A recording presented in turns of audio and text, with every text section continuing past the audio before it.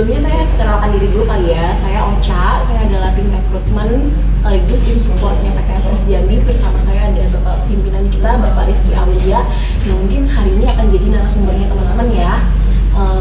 Aku sih belum lihat pertanyaannya, cuman kemarin kayaknya udah di spill ya pertanyaannya soal apa aja gitu. Jadi boleh langsung aja tektokan ya sama Pak Rizky. Saya persilakan ke teman-teman. Mungkin perkenalan diri soalnya aku belum kenalan. Dari sini dulu kali ya. Perkenalkan, saya Maya Soma dari Prodi Manajemen. Siapa? Maya. Perkenalkan, saya Sinta Helza Natali dari Prodi Manajemen Universitas Jambi Angkatan 22. Saya Nadia Tulsilmi dari Prodi Manajemen juga.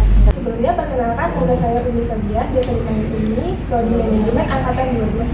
Kenalkan, sama saya Aulia Arbi, biasa dipanggil Arbi, dari Prodi Manajemen 22. Sebelumnya tujuan kami ke sini itu untuk melakukan wawancara tugas manajemen sumber daya manusia. Kami tertarik ke PT ini karena sesuai dengan mata kuliah kami, manajemen sumber daya manusia, yang kami baca-baca dari Google. PT PKSS ini tentang perekrutan karyawan. Oh oke. Kalau gitu boleh langsung bertanya ke Bapak Rizky Aulia ya. Pertanyaan yang pertama, bisakah Bapak menjelaskan bagaimana pendirian atau latar belakang dari perusahaan ini? Oke, Mbak Sinta, iya. Ini relate dengan apa yang menjadi tagline-nya PKSS. Tagline PKSS adalah HR Solutions Partner. Artinya sesuai dengan tagline itu turun ke visi dari perusahaan. Saya jelasin itu dulu. Visinya adalah menjadi perusahaan sumber daya manusia terbesar di Indonesia yang mengedepankan kekuasaan. PKSS ini singkatannya Prima Karya Sarana Sejahtera. Kita merupakan anak usaha dari Bank BRI. Saya jelasin lagi lebih detail. BRI punya perusahaan anak atau anak usaha namanya YKP, Yayasan Kesejahteraan Pegawai BRI. YKP itulah pemilik saham mayoritas dari PKSS. Jadi kami ini cucunya BRI. Berdiri Juli tahun 1999. Dulunya, awalnya PKSS ini berdiri karena regulasi dari pemerintah dalam hal pemisahan core bisnis perusahaan, artinya BRI. Dalam hal tiap job-job di dalam perbankan itu ada regulasinya. Yang core itu harus dikelola langsung oleh pihak perusahaan, yang non-core atau yang support itu dikelola oleh pihak ketiga. Tujuannya agar perusahaan ini fokus dengan kegiatan bisnis utamanya. Berdirilah PKSS di 99. Awalnya ini peruntukannya hanya untuk BRI saja, mayoritas itu adalah frontliner, satpam, pramugari, driver, hanya itu awalnya.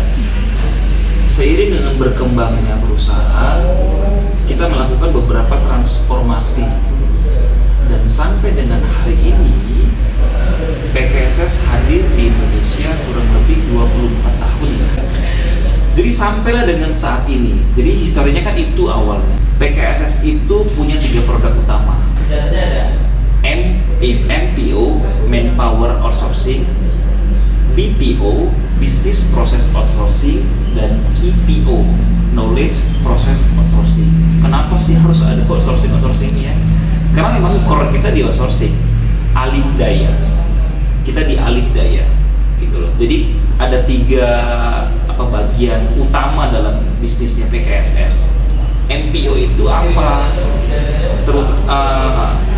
MPO ini mencakup MPO TAD, tenaga alih daya, dan MPO RAD, Recruitment Assessment Business. Di project ya.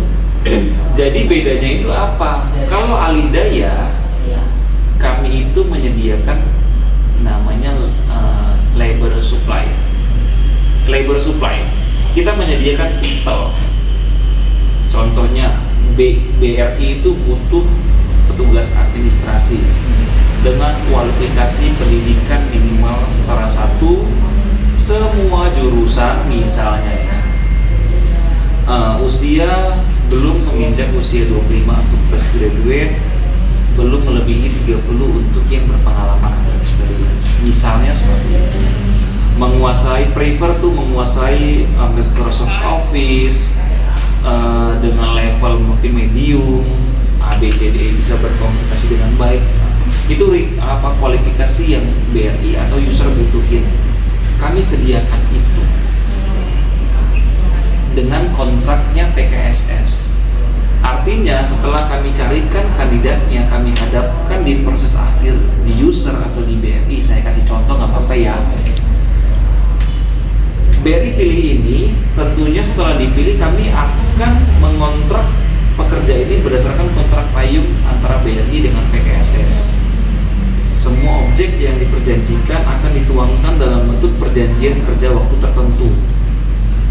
Tentunya objek-objek yang diperjanjikan ini harus sesuai dengan Undang-Undang Cipta Kerja yang melindungi hak-haknya pekerja dan hak-haknya perusahaan. Ini namanya tenaga ahli daya. Kita labor supply, kita yang sediakan, people-nya kita yang memonitoring dengan evaluasi. Seperti itu. Yang kedua dari MPO tadi adalah RAB, Recruitment Assessment Business. Apa aja yang ada di situ? Ada yang namanya headhunter, ada yang namanya recruitment psikotes, ada yang namanya assessment. Jadi user kami butuh orang, tolong dites ya psikotesnya. Hanya itu. Kami butuh resume, kami sedang mencari karyawan untuk level tertentu. Tolong di asesmennya karyawan yang sudah ada. Kami yang melakukan aktivitas itu. Tentunya dalam hal ini kami juga punya tim psikolog yang tersebar di seluruh Indonesia. Selanjutnya BPO. BPO ini Business Process Outsourcing. Ini merupakan perkembangan dari bisnis alidaya di Indonesia. Kalau MTO TAD tadi labor supply, kalau BPO ini job supply. Kita menyediakan job baru, mensupport job baru untuk aktivitas perusahaan. Apa sih yang masuk dalam bisnis proses? Jadi gini, bisnis proses ini kan masing-masing industri berbeda. Kalau di perbankan, bisnis prosesnya simpel, secara sederhananya gini. Saya punya uang, saya salurkan kredit, kan gitu ya. Nasabah, masyarakat punya uang, kami punya produk simpanan, silahkan menabung. Kan bisnis prosesnya kayak gitu. Walaupun dalam perjalanannya kan banyak hal. Jadi PKSS masuk ke dalam bisnis proses itu. Misalnya dalam proses menyalurkan kredit tadi, butuh apa? Butuh petugas data entry misalnya untuk mengentry calon-calon nasabah yang sudah masuk ke web misalnya, atau yang komen di Instagram, butuh data entry, butuh admin yang mengentry data itu ke sebuah sistem. PKSS yang sediain. Butuh apa? Petugas sales misalnya, sales officer yang mensupport marketing utamanya BR. Kita sediakan sales dan sediakan aplikasinya, toolsnya, kita semua yang sediakan. Dan biasanya kalau bisnis proses outsourcing ini skemanya itu bukan PKWT umum, tapi kemitraan. Kemitraan itu apa sih? Seperti Gojek. Lu kerja di Gojek, narik, dapat duit. Tidur, nggak dapat apa-apa. Ngerti ya? Artinya bentuk kontraknya seperti itu. Jadi perusahaan ini bisa mengukur cost-nya. Beda dengan TAD. TAD tadi nempatin seorang nih, kita labor supply. Dia perform tidak perform, dia digaji 10. misalnya. Tapi kalau dia bisnis proses outsourcing menempatkan satu orang kemitraan, kamu perform 10, saya bayar 5. Kamu perform 5, saya bayarnya 2,5. Kamu nggak perform, saya nggak bayar. Artinya terukur.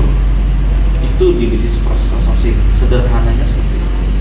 Selanjutnya knowledge process outsourcing. Knowledge process outsourcing ini adalah training. PKSS melakukan training berbisnis. Apa yang di training? Bisa peningkatan soft skill, motivasi kerja, public speaking, Excel expert, bagaimana mempersiapkan wawancara, interview, dan lain-lain. Banyak training soft skill yang sudah kami lakukan. Artinya training ini juga relate dengan bisnisnya TAD, bisnisnya BPO, karena ini yang sudah kami kerjakan. Kadang kan perusahaan dia mau cobanya kuenya beda-beda. Saya mau coba yang mengelola tenaga alih daya perusahaan lain. Saya mau coba kuenya yang untuk mengelola sales itu lain. Ada mau yang untuk developing juga lain. Jadi mereka mau mengcombine dari yang mereka anggap yang terbaik. PKSS menyediakan. Jadi itulah mungkin serangkaian jawaban yang saya jelaskan dari awal base-nya itu memang melayani BRI, dan sekarang kami di Indonesia sudah memiliki 34 kantor cabang dengan mengelola lebih dari 45.000 pekerja SDM di seluruh Indonesia. Khusus untuk Jambi, dan bekerja sama dengan lebih dari 300 perusahaan, baik perusahaan pemerintah, perusahaan multinasional, dan perusahaan daerah. Khusus untuk PKSS Jambi, saat ini PKSS Jambi mengelola 700 SDM. Jadi saya bilang 820. Sudah update dengan BPS ya. Oke, 1 November 820 yang tersebar di 11 kabupaten se-provinsi Jambi. Gitu. Jadi bekerja sama lebih dari 30 perusahaan yang aktif kerjasamanya sampai dengan saat ini. Dan tentunya itu di luar BRI. Porsinya itu 60-40 sekarang. Jadi kami sudah mulai ekspansi di luar BRI. Walaupun kami memiliki kewajiban utama untuk melayani perusahaan induk kami, tapi tentunya kami juga dituntut untuk berkembang agar tidak bergantung dengan perusahaan induk, dan kami bisa menunjukkan kalau kami punya daya saing dengan perusahaan sejenis. Sudah pegang begininya dulu company travel PKSS? Belum ya? Saya kasih dua.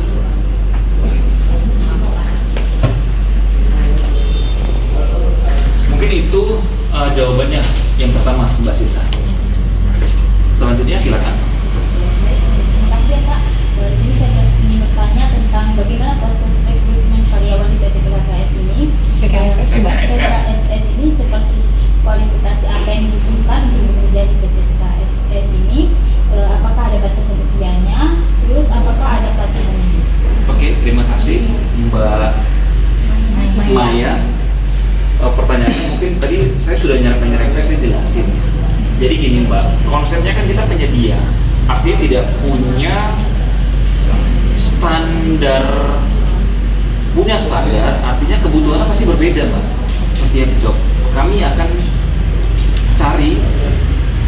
rekrut sesuai dengan kebutuhan. Tapi masing-masing kebutuhan itu kami juga punya standar, ngerti ya? Walaupun sudah ditetapkan oleh user, tadi contohnya frontliner yang saya sampaikan, ada standar batas usia, standar batas pendidikan, standar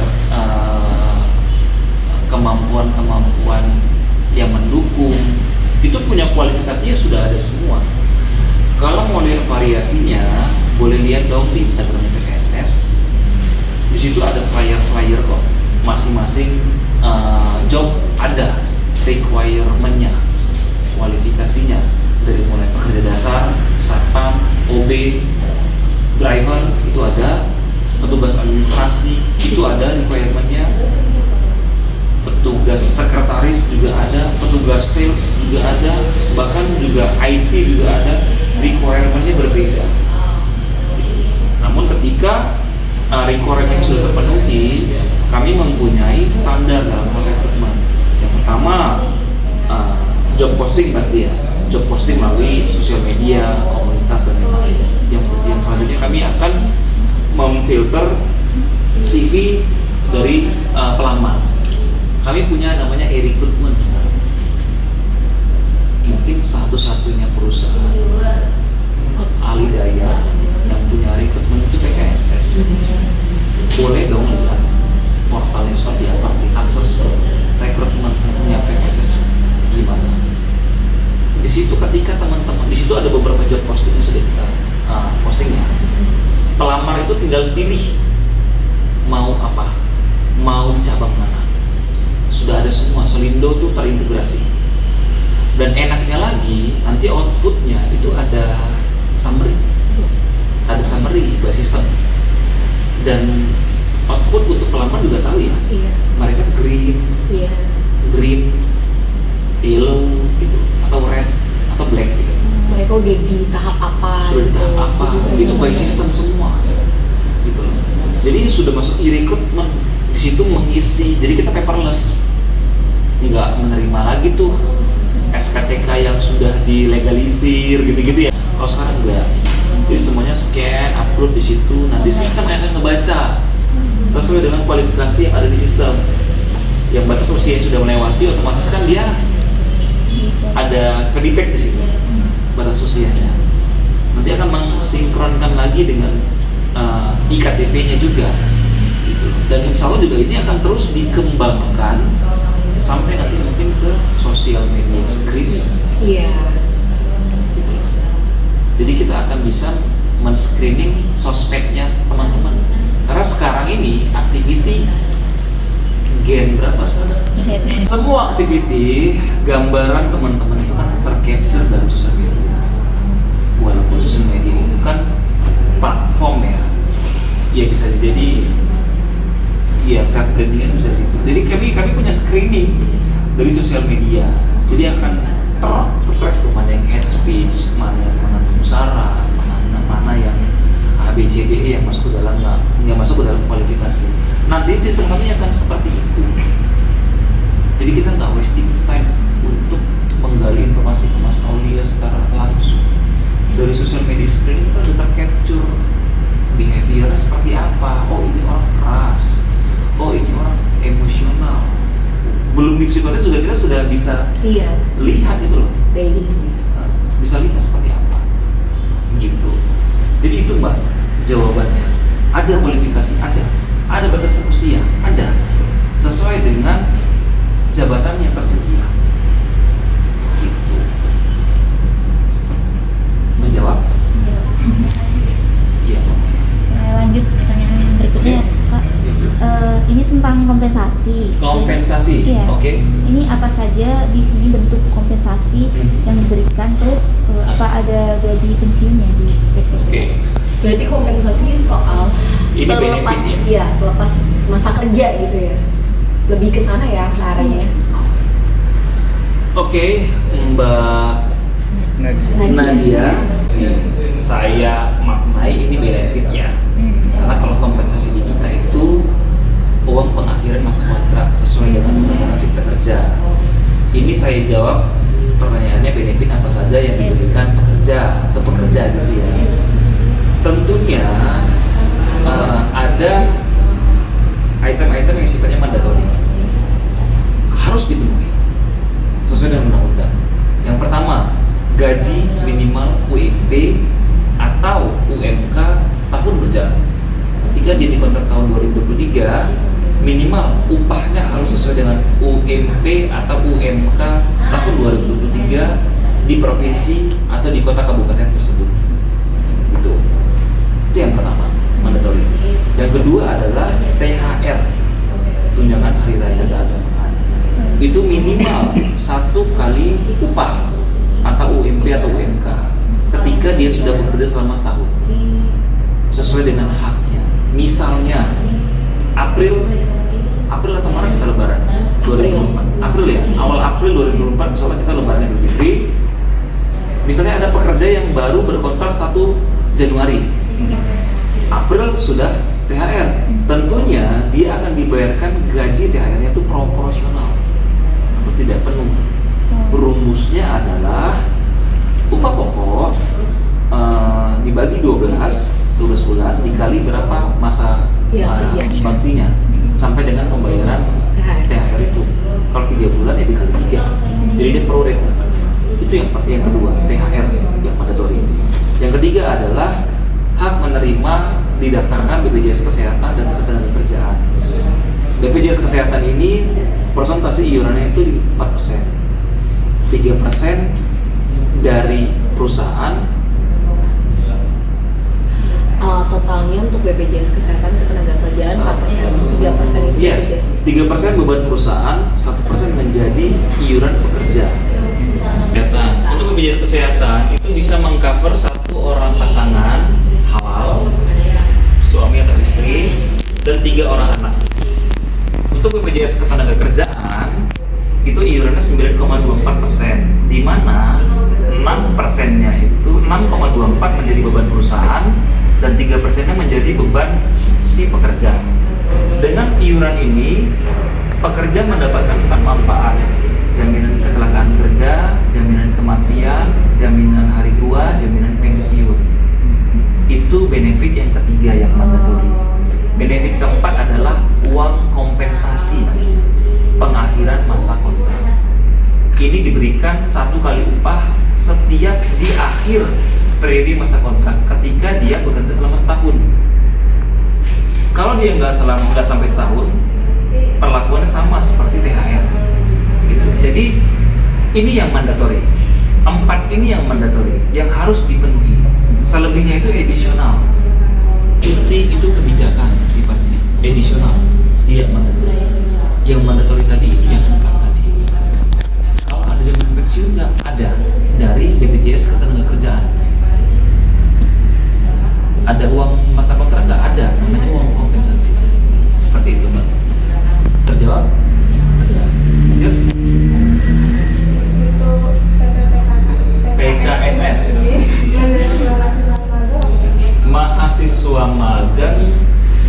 Jadi gini, sebenarnya kita terima, tapi memang kita terbuka untuk menerima.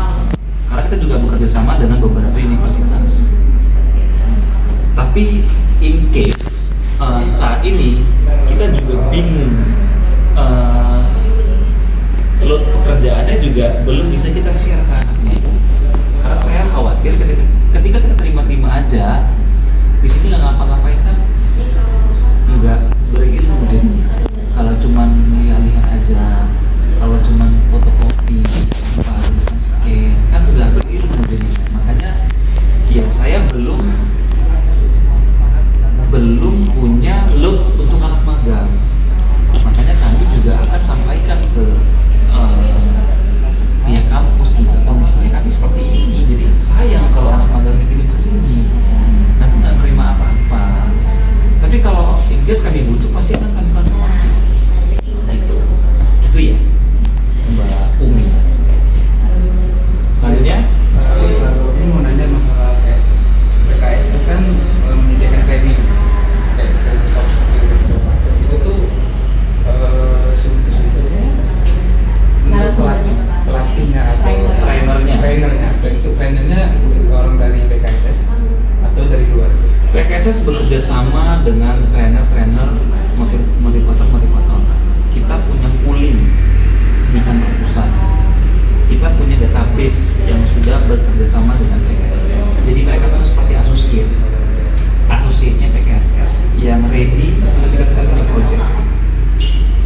Kalau di Jambi, kami bekerja sama dengan personal trainer dari Palembang untuk dia ini ex supervisor layanannya BRI Kanwil Palembang. Dia juga punya sertifikat TOT ya, Jadi untuk training-training ke SMK terkait standar layanan, kita bekerja sama dengan dia. Kalau di Jambi kita pernah kerjasama dengan Bujangnya Jambi tahun berapa tuh? 2017-2016 Iya, itu Imam Kurniawan. Kebetulan dia MPSI ya. Kalau misi kalau Puja.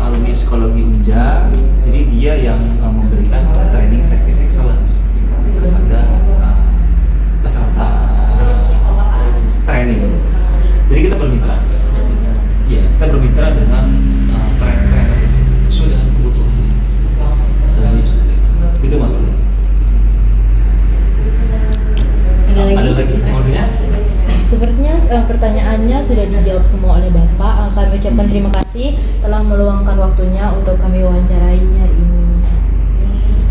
Iya, sama-sama Mbak Sinta. Kalau memang pertanyaannya sudah cukup, jawaban kami juga sudah cukup clear, berarti sudah clear